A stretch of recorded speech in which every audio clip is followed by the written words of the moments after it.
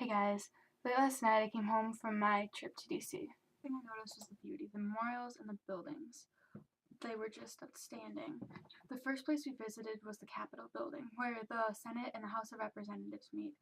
There were so many statues and the ceiling was just amazing. All the rooms we went to, it was one of the best sights. Then we went to the White House, and as my cousins. No, I was not impressed because I thought that the Capitol building was the White House. Like, now I understand. Just went to the Lincoln Memorial, a Greek-like temple built to one of the greatest Americans we've seen. And as the inscription above his head says, "In this temple, as in the hearts of the people for whom he saved the Union, the memory of Abraham Lincoln is enshrined forever, a fitting tribute to this legendary man." We also visited the Korean Memorial, where the statues had the faces and the wall had the faces of the men that were forced to fight in a war that has never really ended to this day. And until you come to the end of the wall, where it says perhaps the most true thing I've seen there: freedom is not free, and it will never be. And I don't know, I just love that. We also went to the Thomas Jefferson's Memorial in MLK, where part of it said, "Out of a mountain of despair, a stone of hope." Iwo Jima, with the sun setting right behind it, was so beautiful and breathtaking.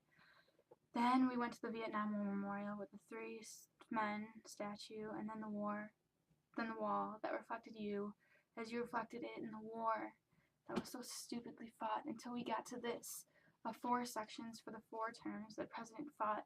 Most of them are war, so the message from this was, "I hate war."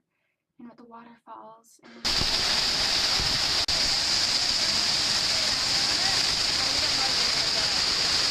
was the next place we went, which is where George Washington lived, and it was just so beautiful with natural beauty and his tomb.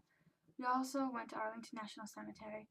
The rows of graves were endless. They were an endless sea of dead people who fought in our wars. Then the changing of the guard. Something that you couldn't help but notice and to remember. Because after all, it's just so ugh.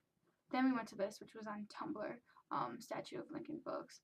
And then this bed where Lincoln died, I guess. And the gun he was shot was so small, yet made such a powerful impact. The shot is still heard today. And then this is where he died, Ford's Theater. And that is actually exactly where he died. But then, a fun part, we went to a museum, and robes from the first Harry Potter movie were there. That was one of the highlights. I can't deny it, that I love that part of the trip. I don't know, it was just really fun to see and to geek out, and I was wearing my Harry Potter shirt that day. Now, I tried really hard to capture the whole feel of it, the thoughts and feelings, and just the beauty that I saw. But I decided that after all, pictures and videos can only go so far. They can't see what you see through your own eyes. And they can't capture the tangible horror in the Holocaust Museum.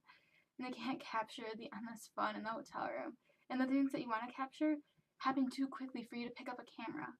So while pictures and videos are good enough to remember and to make a video by, they just really aren't enough to capture the whole feel and the part that I love most, and seeing everything through my eyes and feeling it.